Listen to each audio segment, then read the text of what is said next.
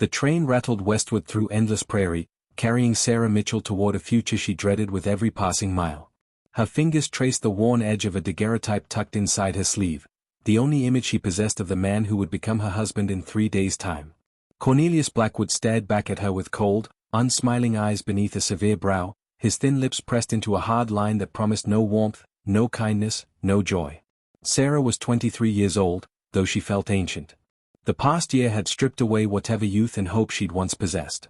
Her father's death had left debts that swallowed everything, the modest Philadelphia townhouse, the furniture, even her mother's jewelry.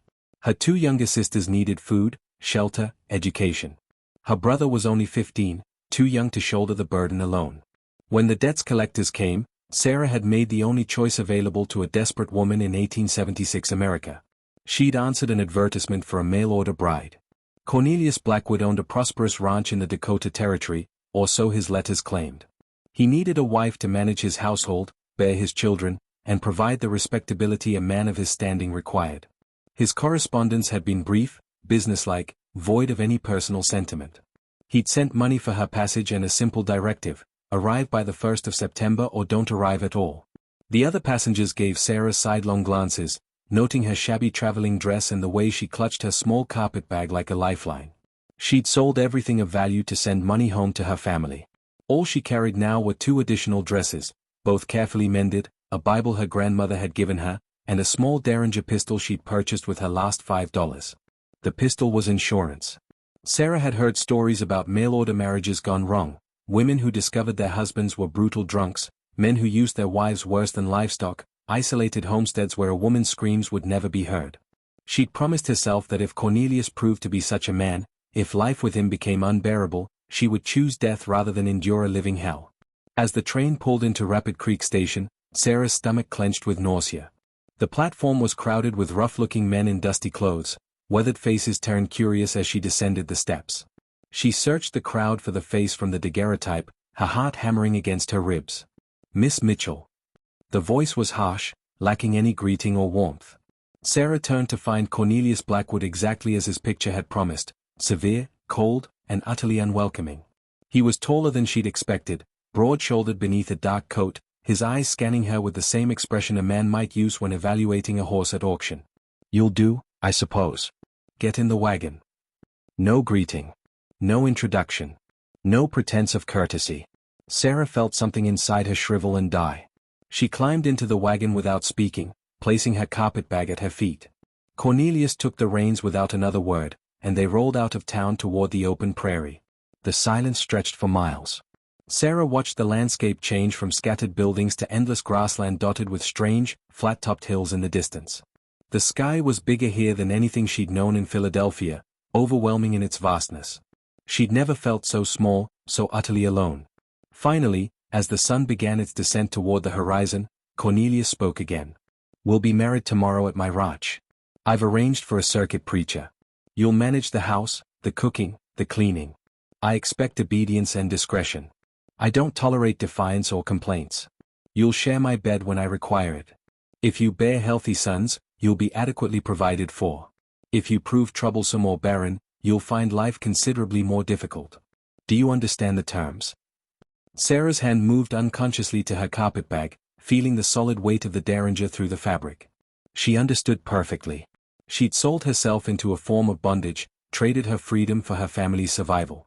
The man beside her wasn't a husband, he was a purchaser, and she was the merchandise. "I understand," she whispered, her voice barely audible over the wagon's creaking wheels. As darkness fell across the prairie, Sarah made a silent decision. She would endure the wedding ceremony. She would give this arrangement one day, perhaps 2. But if Cornelius Blackwood proved to be the monster his words suggested, if he raised his hand to her or treated her with cruelty, she would take the Derringer from her bag, walk out onto this vast prairie, and end her suffering with a single bullet. Death, she thought, would be a mercy compared to a lifetime of misery. The pistol in her bag was a promise she'd made to herself, a way out when hope finally died. She didn't know that in less than 48 hours, a Lakota Chief would offer her something she'd never imagined possible, a third option that would change the course of her entire life. The Blackwood Ranch appeared on the horizon like a judgment. The main house was larger than Sarah had expected, a 2-story structure of rough-hewn timber with a wide porch, but it stood isolated on the prairie like a prison, miles from any neighbor or help. Several outbuildings surrounded it, and a dozen or so cattle grazed in a nearby pasture. 2 ranch hands emerged from the bunkhouse, watching with undisguised curiosity as Cornelius brought the wagon to a halt. "Take her back to the house," Cornelius ordered one of the men without introduction or explanation. To Sarah, he said, "You'll sleep in the spare room tonight. The preacher arrives at noon tomorrow. Be ready." Sarah spent that night in a small, bare room that smelled of dust and disuse. She didn't sleep. Instead, she sat on the edge of the narrow bed, the derringer in her lap, and considered her options. They were few. She could go through with the marriage and hope Cornelius proved less harsh than his words suggested. She could flee, though she'd never survive alone on the prairie with no money, no supplies, and no knowledge of the land. Or she could use the pistol and end everything before it began. The wedding the next day was a mockery of everything such a ceremony should be. The circuit preacher was a nervous man who rushed through the vows as though afraid of lingering too long at the Blackwood Ranch. The 2 ranch hands served as witnesses, both looking uncomfortable and avoiding Sarah's eyes. Cornelius spoke his vows in a flat, emotionless tone. When the preacher pronounced them married, Cornelius didn't kiss her, he simply nodded and turned away. "Prepare dinner for 6 o'clock, he told her. "You'll find what you need in the kitchen. Don't disappoint me." Sarah spent the afternoon exploring the kitchen, finding it adequately stocked but poorly organized. She prepared a simple meal of beef, potatoes, and biscuits, working with mechanical precision while her mind raced. Cornelius ate in silence, occasionally grunting what might have been approval. When the meal was finished, he stood and fixed her with a cold stare. "Clean the dishes. Then come upstairs." Sarah's hands trembled as she washed the plates. This was the moment she'd been dreading, the final violation that would seal her fate. She dried her hands slowly, reaching for her carpetbag where the derringer waited. But before she could retrieve it, Cornelius's voice thundered from above. "Now, woman. Don't make me come down there." She climbed the stairs with leaden feet, each step an effort of will. Cornelius was waiting in the main bedroom, his jacket removed, his expression impatient. What followed was brutal and humiliating, a transaction devoid of tenderness or consideration. Cornelius used her body as he might use any possession, with rough efficiency and utter disregard for her pain or dignity. When he finished, he rolled away and was snoring within minutes. Sarah lay awake in the darkness, silent tears streaming down her face. She'd known it would be bad, but the reality exceeded her worst imaginings. This was her life now, a servant and a vessel, nothing more. As the first light of dawn crept through the window, she made her decision. She couldn't endure another night like the one she'd just survived. Death was preferable to this degradation. She waited until Cornelius left the house to work with his ranch hands. Then she retrieved the derringer, checked that it was loaded, and walked out onto the prairie. She walked for nearly an hour, putting distance between herself and the house, until the ranch was just a dark smudge on the horizon behind her. The prairie stretched endlessly in all directions, beautiful and terrible in its vastness. Sarah found a spot beneath a lone cottonwood tree, the only landmark in the sea of grass. Her hands were steady as she raised the pistol. She'd thought she would feel fear or regret, but instead she felt only relief. In moments, the pain would be over. The humiliation would end. She would be free. She closed her eyes and placed the barrel against her temple, her finger tightening on the trigger. In her mind, she whispered goodbye to her sisters, her brother, her mother who'd died giving birth to the youngest child. She hoped they'd understand. She hoped they'd forgive her. "Stop." The voice was commanding, deep, and seemed to come from everywhere and nowhere at once. Sarah's eyes flew open. Standing 20 feet away was a man unlike any she'd ever seen. He was tall and powerfully built, wearing buckskin clothing decorated with intricate beadwork. His long black hair was adorned with feathers, and his face was striking, strong features marked by intelligence and authority. Most remarkably, he was Lakota, one of the native people she'd heard spoken of with fear and contempt by the white settlers. "Put down the weapon," the man said in clear English, his tone leaving no room for argument. "What you seek to do cannot be undone. I would hear your story before you make this choice." Sarah's hand wavered, the pistol still pressed against her temple. She should have been afraid, everything she'd been told suggested she should be terrified, but instead she felt a strange sense of calm emanating from this stranger. "Who are you?" she managed to ask, her voice hoarse. "I am Macpia Luta," he replied, taking a slow step forward.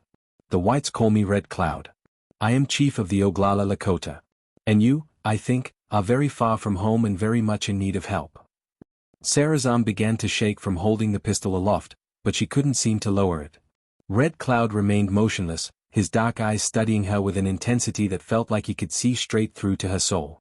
Behind him, she now noticed several other Lakota warriors on horseback, watching from a respectful distance but clearly ready to act if their chief commanded it.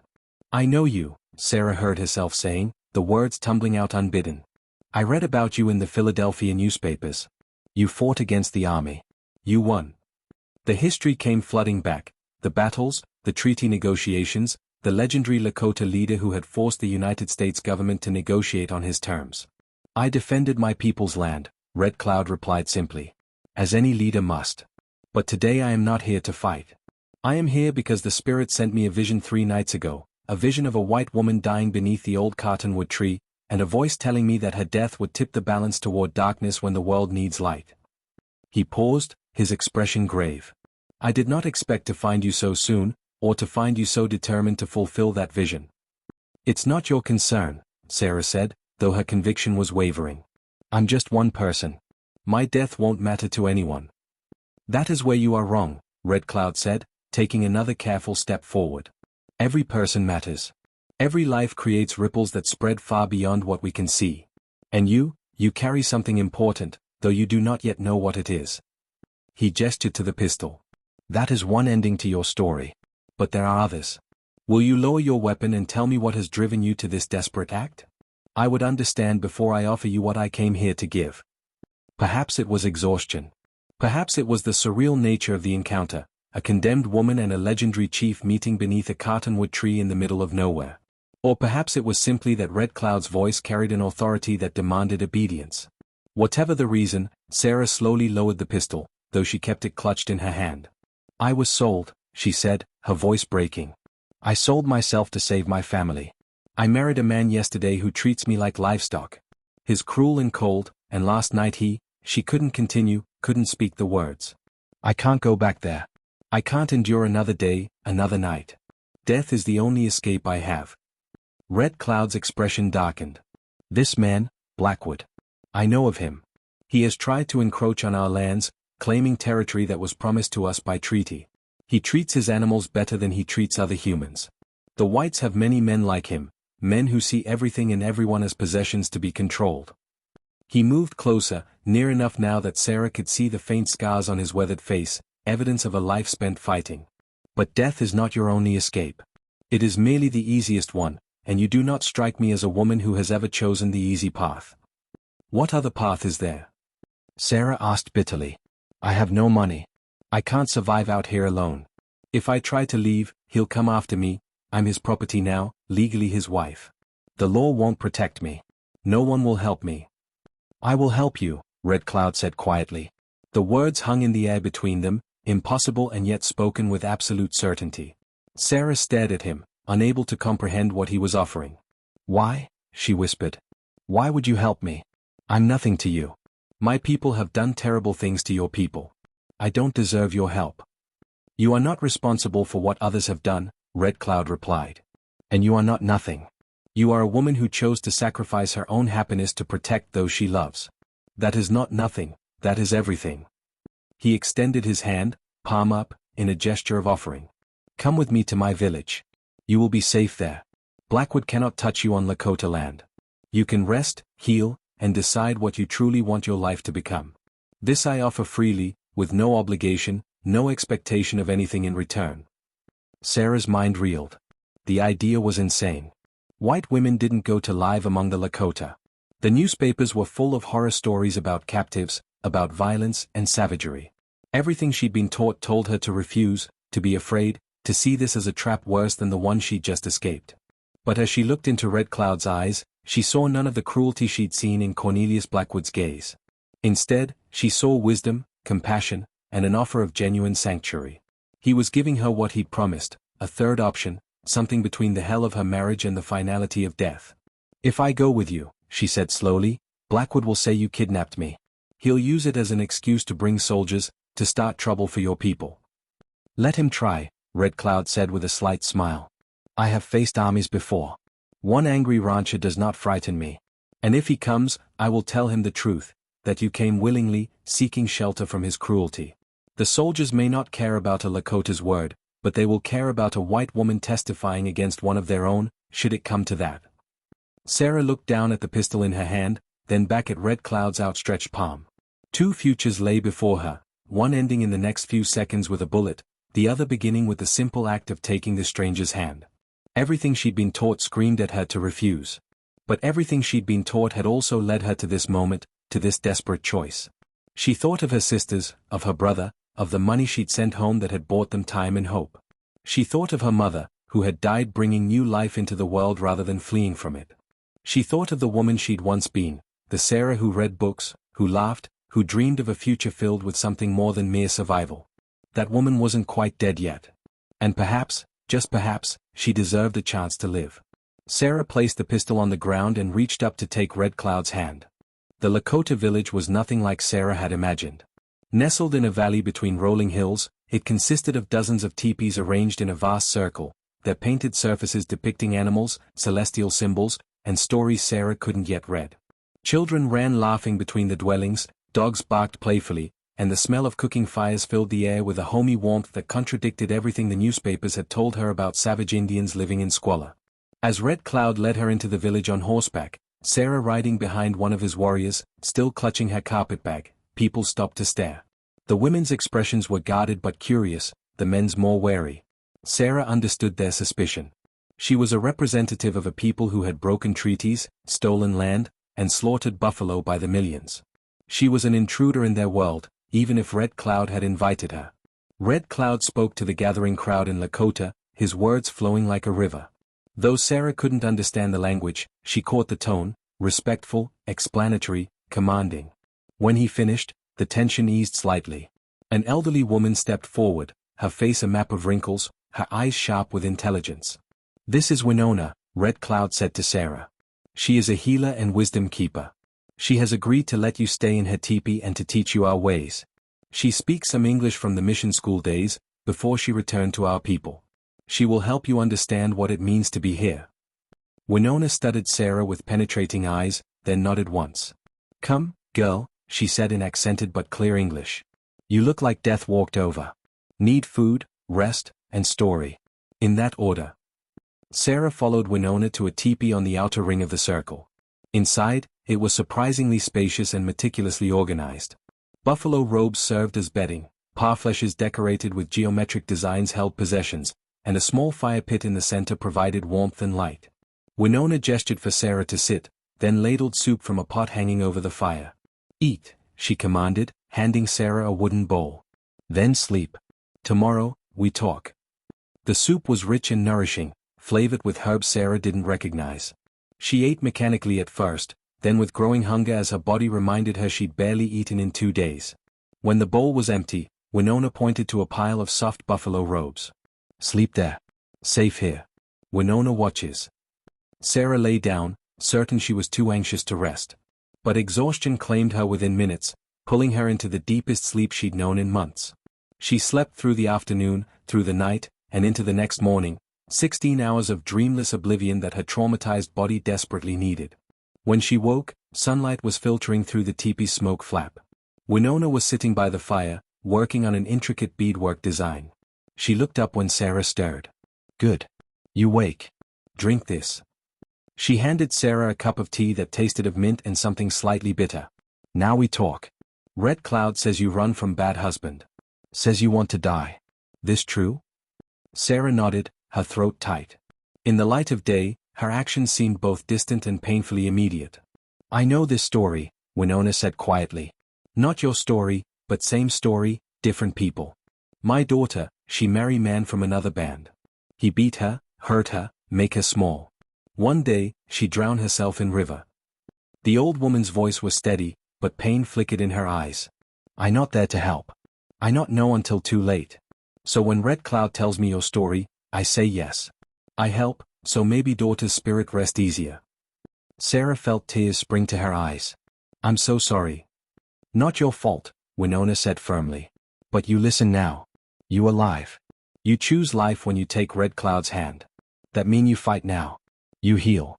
You become strong again. Lakota way, we believe woman is sacred. Woman brings life, teaches children, keep stories. Without woman, no people, no future. You understand? I think so, Sarah whispered. You not think. You know. Winona set aside her beadwork. Here, different rules than white world. Here, woman own teepee, own possessions. Woman choose husband, or choose no husband. Woman speak in council if she has wisdom. If husband bad, woman divorce him, simple. She puts his things outside teepee, marriage over. The old woman smiled slightly. White man's law make woman property. Lakota law make woman sacred. You see difference?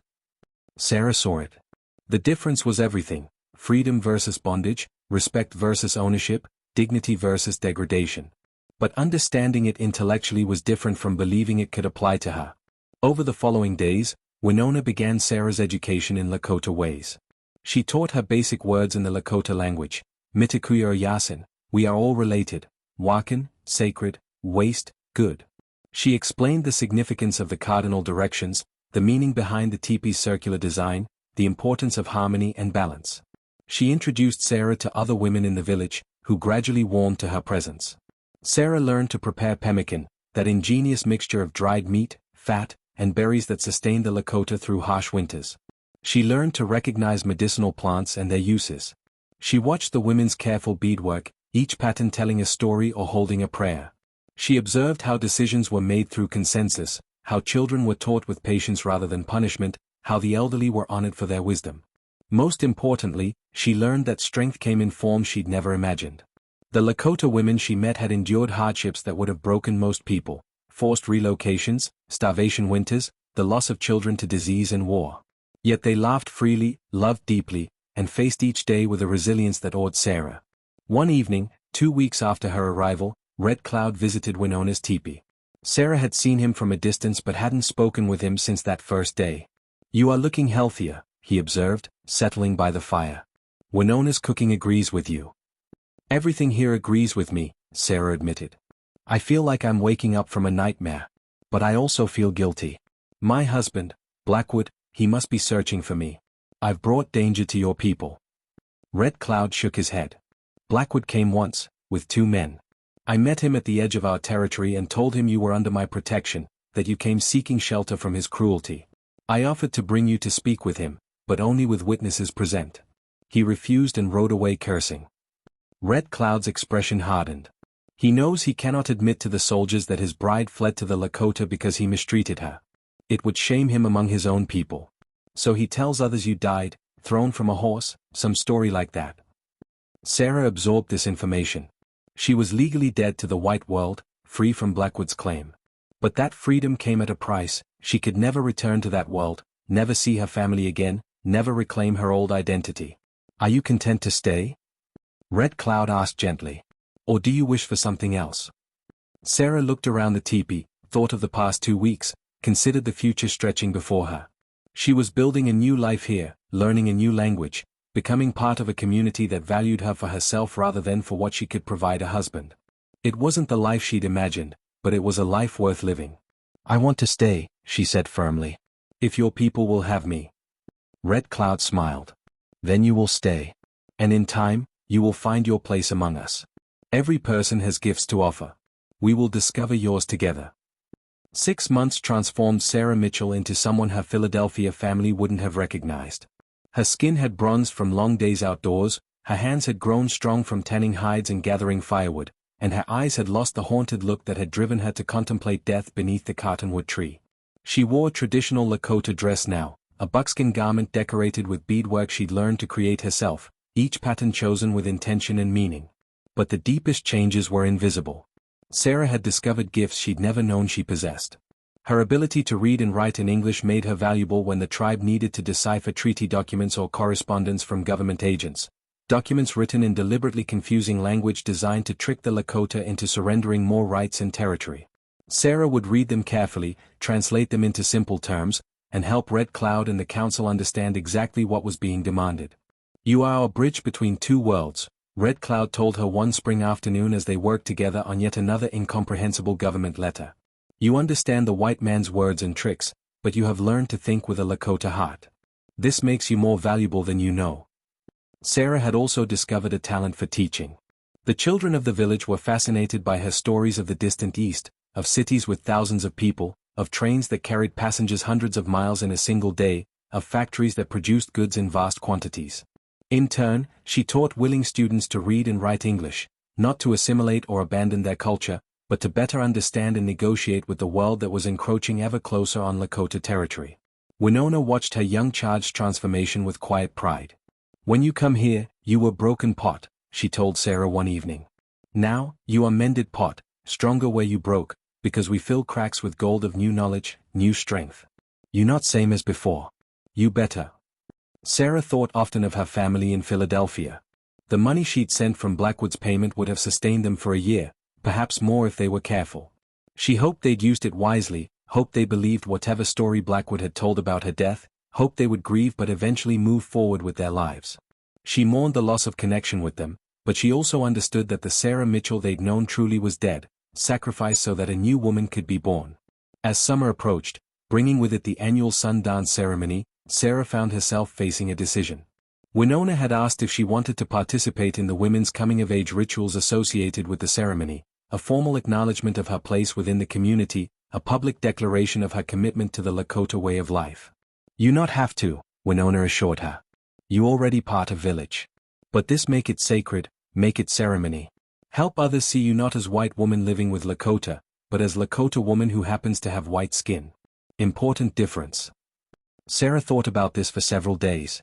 Participating would mean crossing a threshold from which there could be no return. She would no longer be Sarah Mitchell, refugee from white society. She would become part of something larger than herself, woven into the fabric of a people who had offered her sanctuary when she had nowhere else to turn. The day before the ceremony, Red Cloud summoned her to his teepee. His wife, Pretty Owl, was there as well, along with several council elders. Sarah entered nervously, uncertain what this formal gathering meant. "Sit," Red Cloud invited. When she had settled, he continued, "We have watched you these past months. We have seen your respect for our ways, your willingness to learn, your contributions to our community. The council has discussed your status, and we are in agreement. Tomorrow, during the ceremony, you will be given a Lakota name and formally adopted into the Oglala people. You will have all the rights and responsibilities of any member of our tribe. This is our wish. But it must also be your wish. What do you say?" Sarah's eyes filled with tears, but for the first time in longer than she could remember, they were tears of joy rather than sorrow. These people had saved her life, had shown her that strength and kindness could coexist, had taught her that there were ways of living that honored rather than diminished the human spirit. They had given her everything, and now they were offering her a home not just as a guest, but as family. "I say yes," she managed through her tears. "Yes, with all my heart." The ceremony the next day was the most beautiful thing Sarah had ever witnessed. As the sun rose over the hills, painting the sky in shades of gold and crimson, the entire village gathered. Sarah stood before the council, wearing a white buckskin dress that the women of the village had created for this occasion, every inch of it covered in intricate beadwork representing her journey from darkness to light. Red Cloud spoke in Lakota, his words rolling out in rhythmic cadence. Winona stood beside Sarah, quietly translating, "This woman came to us broken and seeking death. We gave her shelter and she gave us loyalty. She came as a stranger and became a sister.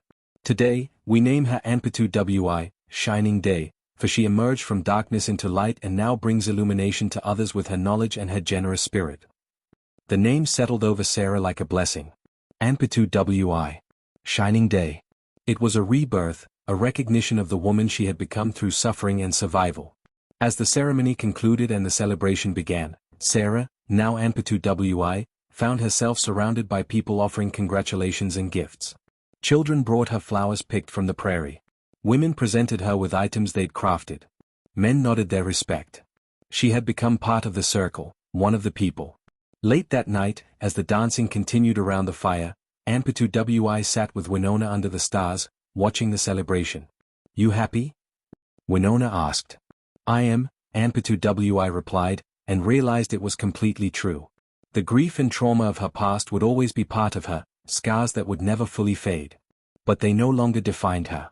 She had chosen life when Red Cloud offered her that third option beneath the cottonwood tree, and that choice had led her to a future she could never have imagined, one filled with purpose, community, and the radical freedom that came from being valued for who she was rather than what she could provide to a man who saw her as property. She thought of the derringer, which still rested in her carpetbag, untouched since that fateful day. She'd kept it not as a tool of death anymore, but as a reminder of how close she'd come to losing everything. It was a symbol of the moment when despair had nearly won, and when one man's compassion had offered her an alternative to both death and degradation. "I am happy," she repeated, looking up at the vast prairie sky, feeling held by something larger than herself, a web of relationships, traditions, and shared humanity that had caught her when she fell and had helped her learn to stand again. Red Cloud had been right. Every life created ripples. Her choice to live, to accept his offer, to embrace this new path had already created ripples she could see, the children she taught, the documents she translated, the bridge she was building between two worlds that desperately needed understanding more than conflict. And there would be more ripples yet to come, spreading outward in ways she couldn't predict but could now face with courage rather than fear. Under the stars of the Dakota Territory, surrounded by the sounds of celebration and the warmth of community, Anpitu smiled. She had journeyed through darkness and emerged into light. She had faced death and chosen life.